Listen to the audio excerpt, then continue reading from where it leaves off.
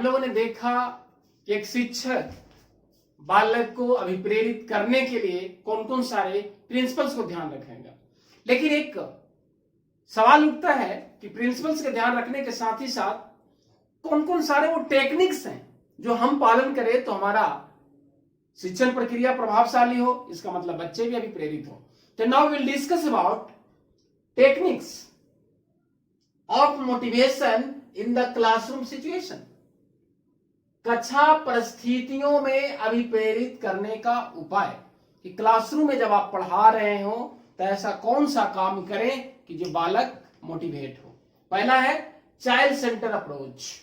अभी मैंने कहा था कि एक शिक्षक को बाल केंद्रित उपागम का प्रयोग करना चाहिए, क्योंकि बालक के, ध्यान दीजिए, आयु, योग्यता, क्षमता, ये सारा को ध्यान में रखकर अगर पढ़ाना है तो निश्चित है कि बालक मोटिवेट होंगे। बाल केंद्रित अप्रोच क्लियर है। बाल केंद्रित उपागम से अभिप्राय कि बालक के आवश्यकता, योग्यता, क्षमता, रुचि, अभिवृत्ति, अभिप्रेरणा को ध्यान में रखकर पढ़ाना है। दूसरा है linking the new learning with past.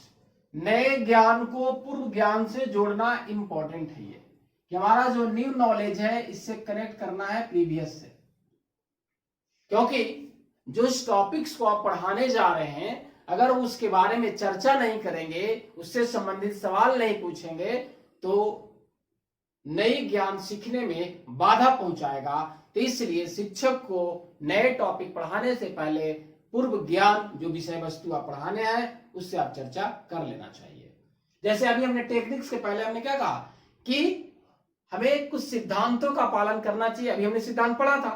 चलिए नेक्स्ट है use of effective methods aids devices in teaching. शिक्षण में प्रभावी विधि, सामग्री और प्रविधि का प्रयोग करना। यहां पे शिक्षण विधि की बात कर रहा है, शिक्षण विधि है ना, TLM। तो यहां पे बाल केंद्रित विधि का और शिक्षण सहायक सामग्री का प्रयोग करके पढ़ाना चाहिए, क्योंकि मैंने कहा कि शोध के द्वारा सिद्ध हो चुका है कि जो सुनता है कुछ याद रहता है, देखता है वो थोड़ा ज्यादा याद रखता है, सुनता और देखता है तो वो और ज्यादा याद रखता है, लेकिन अगर उस एक्टिविटी को करता है तो सबसे ज्यादा याद रखता है। नेक्स्ट है knowledge of the result and progress. ये जो सबसे बड़ा इंपॉर्टेंट ये बात रख रहा है, इवैल्यूएशन की बात कर रहा है ये कि पढ़ाई में मूल्यांकन जरूरी है कि हम पढ़ा रहे हैं तो हमारा बच्चा कितना सीखा। क्योंकि इसलिए जरूरी है कि जब आप पता कर पाएंगे कि कितना सीखा तब आगे का प्लानिंग आप कर पाएंगे। तो इसलिए रिजल्ट्स और प्रोग्रेस दोनों की जानकारी होना आवश्यक है। अगर आपको जानकारी नहीं हो पाएगा तो बच्चे मोटिवेट नहीं हो पाएंगे। नेक्स्ट है रिवार्ड और पनिशमेंट। ये जो हमारा रिवार्ड है और ये पनिशमेंट है, ये दोनों अहम रोल अदा करता है। रिवार्ड हमने क्या कहा, एक फिजिकल भी हो सकता है और एक हमारा जो प्रशंसा है, प्रशंसा। ये फिजिकल रिवार्ड जैसे मान के चलिए पैसा ही मैंने बात किया, मनी, या और ये रिवार्ड, रिवार्ड कोई जरूरी नहीं है कि रिवार्ड एक वस्तु को देकर या पैसा देख के भी हो। रिवार्ड अगर आप प्रशंसा भी देते हैं, ये कह सकते हैं कि नॉन वर्बल प्रशंसा करते हैं, उसकी बड़ाई कर देते हैं, तो भी हमारा रिवार्ड का काम करता है। इसलिए ध्यान दीजिएगा, रिवार्ड का मतलब फिजिकल नहीं हुआ कि कोई वस्तु ही हुआ। पनिशमेंट, कभी कभी अगर बच्चे ज्यादा नॉइस करते हैं तो कभी कभी दंड भी अहम रोल अदा करता है। पनिशमेंट देते हैं तो बच्चे थोड़ी सी ये हो जाते हैं, नहीं सर हमको ये पनिश करेंगे तो ये काम नहीं करता है। तो कभी कभी ये काम करता है, लेकिन ज्यादा इसका प्रयोग नहीं करना है।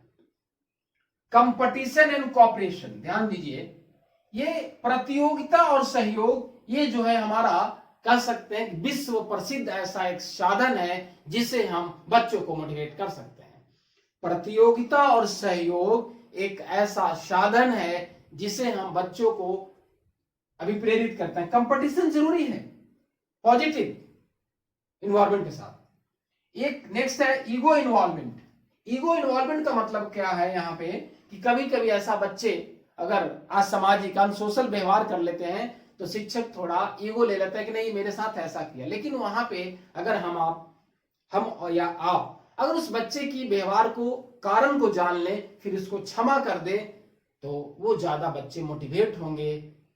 नहीं तो अनसोशल व्यवहार करे, आप उसको डांटेंगे, क्लास से बाहर निकाल देंगे तो वहां पे आपका बच्चे मोटिवेट नहीं हो पाएंगे।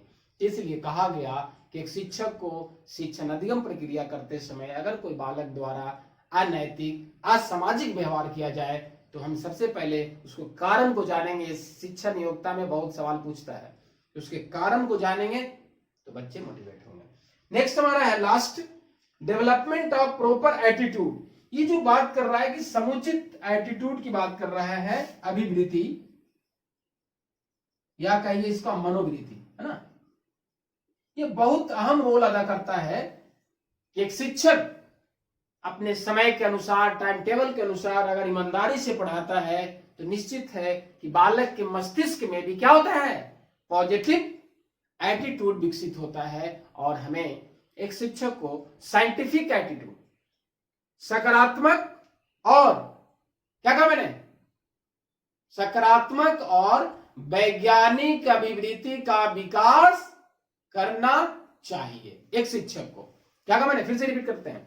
मैंने कहा कि एक शिक्षक अगर बच्चों को मोटिवेट कर रहा है तो सबसे बड़ा टेक्निक है कि हम सकारात्मक, रचनात्मक और वांछित वातावरण प्रदान करें। और मैंने कहा फिर या दूसरे शब्दों में हमने कहा कि एक प्रॉपर एटीट्यूड, सकारात्मक अभिवृत्ति का विकास करें जिससे शिक्षक बच्चों को अभिप्रेरित कर सकता है। धन्यवाद।